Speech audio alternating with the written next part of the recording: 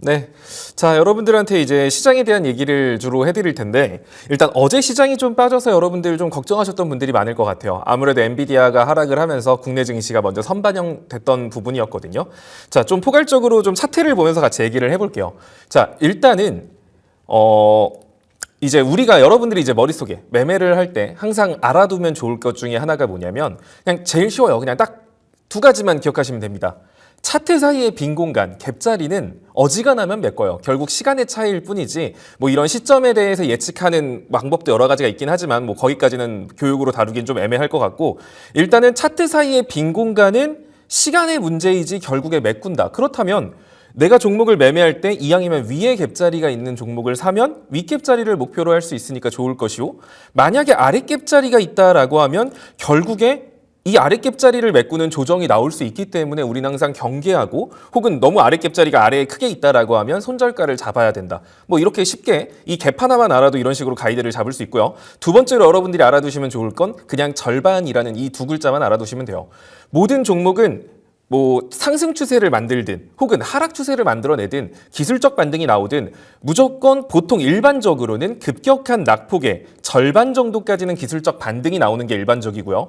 반대로 급격한 상승의 절반 정도는 조정을 주게 됩니다. 뭐 우리가 항상 뭐 바라는 거지만 조정 같은 거 없이 그냥 계속 올라가는 뭐 그런 테마주라든가 이런 것처럼 올라가기를 바라겠지만, 그런 종목은 사실상 거의 없잖아요. 일반적으로 종목들은 이러한 흐름을 가지고 움직이기 때문에 여러분들이 차트를 보고 매매를 할 때 이런 거 알아두시면 좋아요.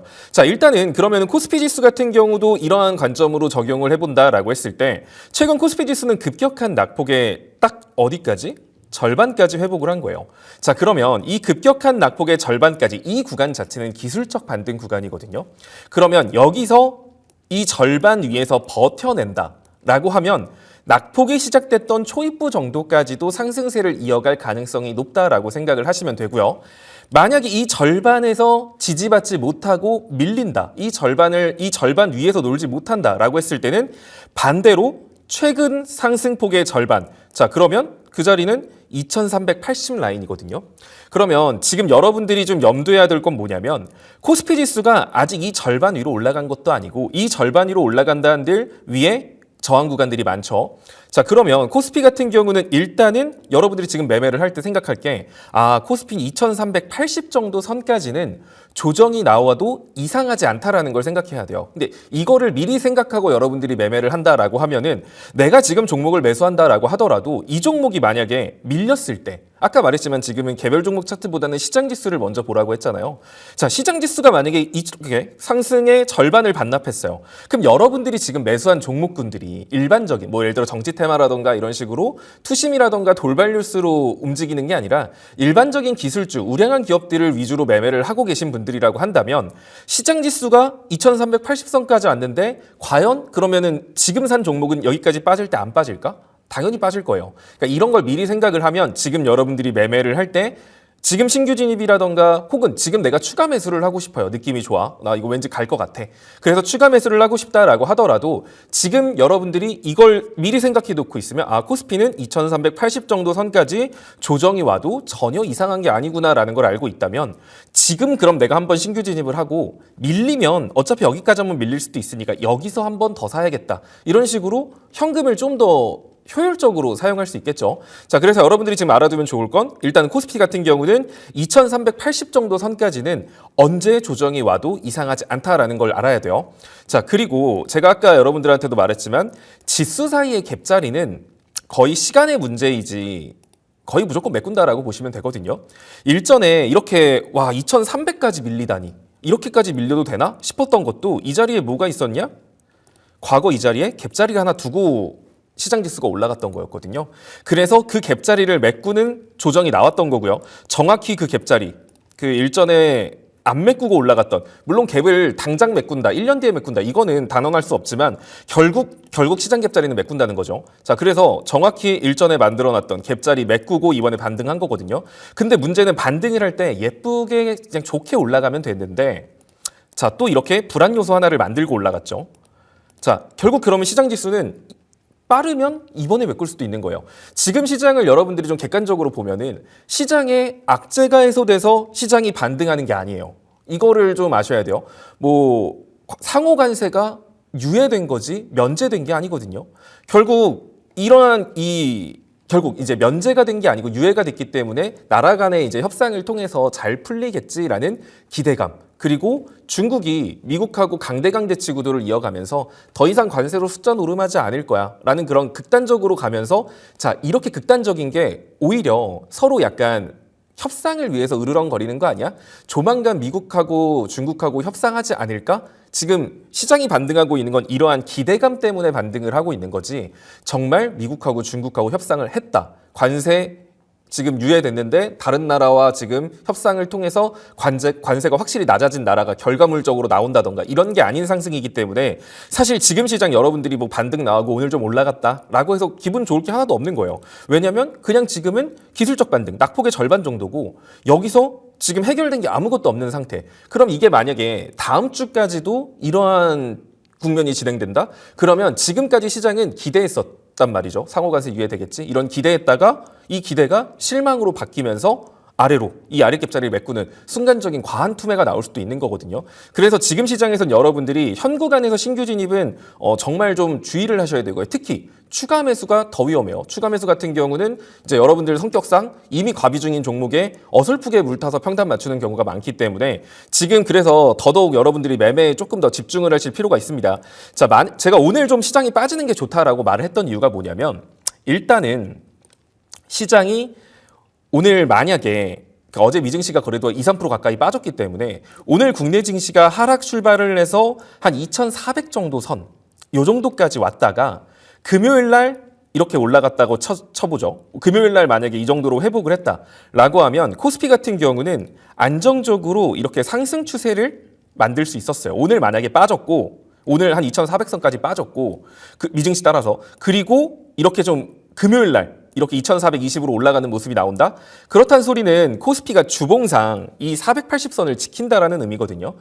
그렇다면 이렇게 순간적으로 이탈했다가 지키면서 주봉상 추세를 회복해주는 모습이 나오기 때문에 아까 말한 것처럼 급격한 상승의 절반 얼추 조정 준 거고 그럼 이 상태에서 반등이 나오면 이런 식으로 우상향을 만들 수 있었어요.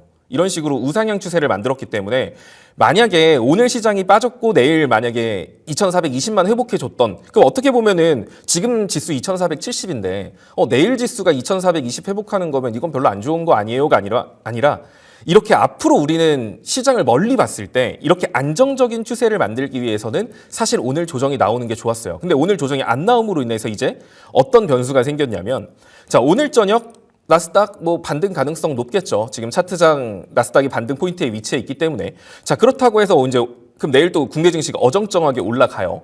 근데 문제는 당장에 2,430포인트의 갭자리도 메꾸지 않은 상태예요. 그러면 시장 지수가 올라간다고 하더라도 이 자리 2,520포인트 이 자리도 쉽게 돌파하기 힘들 거거든요.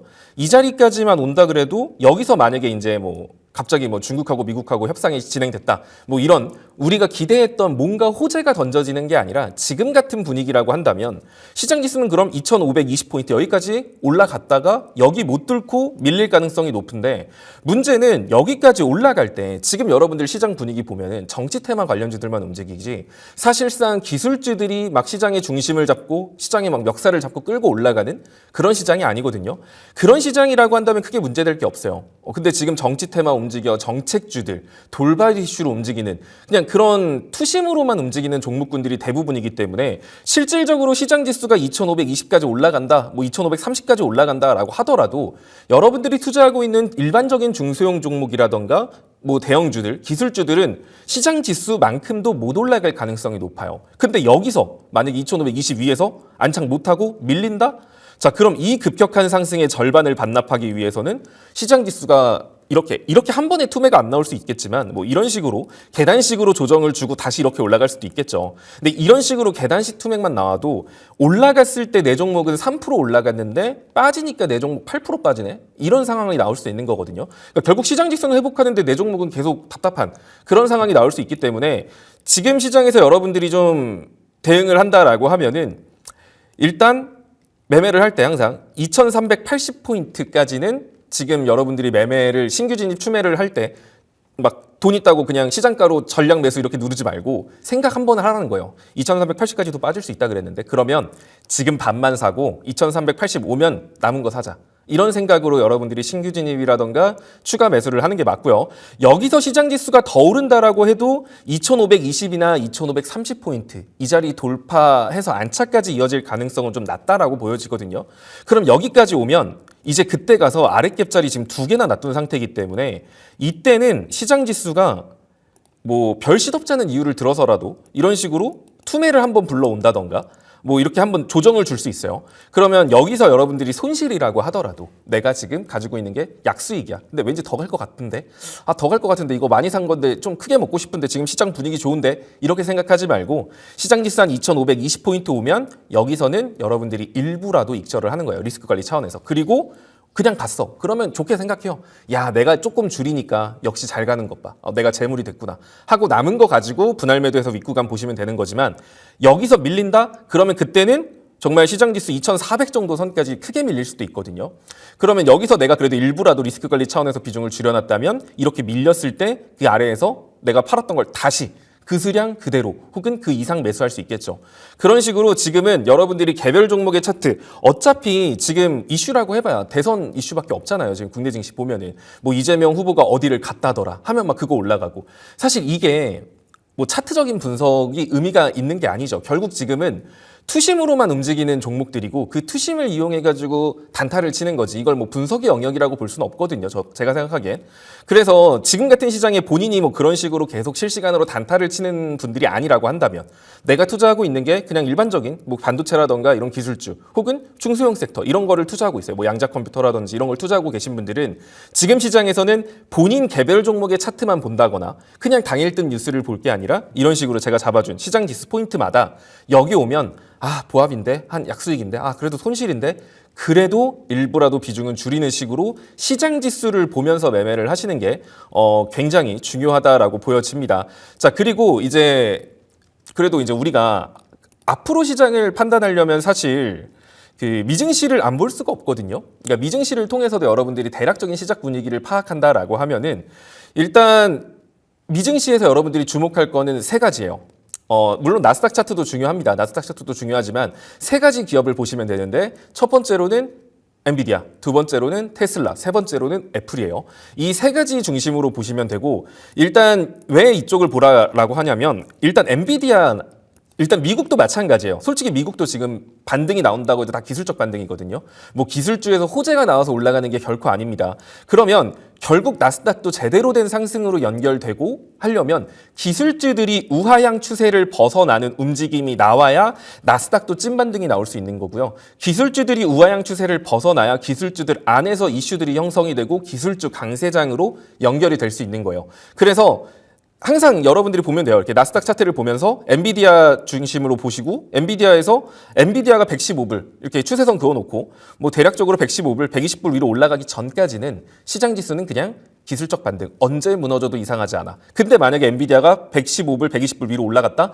그때부터는 시장이 기술적 반등이 아니라 여기서부터는 밀려도 예전처럼은 안 밀려. 조금 밀렸다가 다시 고점 갱신해. 이런 식으로 판단의 근거가 될 수 있는 거예요. 그러니까 내가 엔비디아를 투자하고 있든 안 하든 엔비디아는 반도체랑 기술주에 굉장히 중요한 역할을 하기 때문에 이렇게 엔비디아의 주가, 엔비디아 115불에서 120불 사이로 안착하는 거 그렇게 2, 3거래일 안착했다? 그러면 그때부터는 이제 안도해도 되는 거예요. 시장이 빠져도 막 극단적으로 빠지진 않겠네. 여기서 내가 대충 사서 물려도 금방 본전 되겠다. 여기서 내가 좀 추매해도 뭐 그렇게 밀려도 그렇게 많이 안 빠져. 이렇게 판단을 내릴 수 있는 근거가 된다는 거예요. 이런 것도 좀 여러분들이 메모해 두시면 좋을 것 같고요. 이제 두 번째로는 테슬라죠. 테슬라 같은 경우는 일단은 일론 머스크가 트럼프의 최측근 인사로서 이렇게 빠진 이유도 트럼프 때문에 빠졌다라고 보셔도 돼요. 근데 테슬라는 단순히 전기차 주가 흐름에만 영향을 주는 게 아니에요.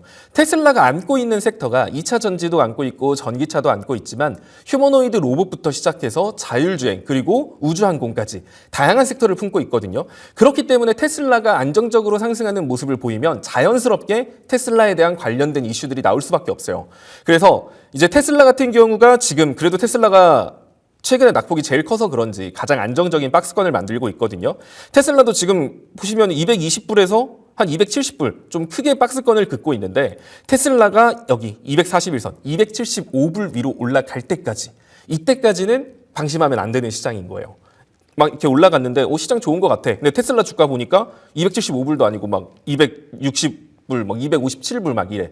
그러면 안도하시면 안 되고, 만약에 테슬라가 이 위로 올라갔다. 그럼 여러분들이 연결져서 생각할 건 휴머노이드 로봇 이슈 이제 국내 증시에 나올 수 있겠구나. 자율주행 이슈도 국내 증시에 나올 수 있겠구나. 이렇게 연결해서 보시면 될 것 같아요. 애플까지 해드리고 싶은데 벌써 22분이어가지고 일단 시장 얘기는 아까 제가 말해준 그 포인트들만 좀 생각하시면서 매매를 하시면 사고 팔고 좀 반복하시면 지금 시장 어렵지 않게 극복해내실 수 있을 거라고 생각이 됩니다.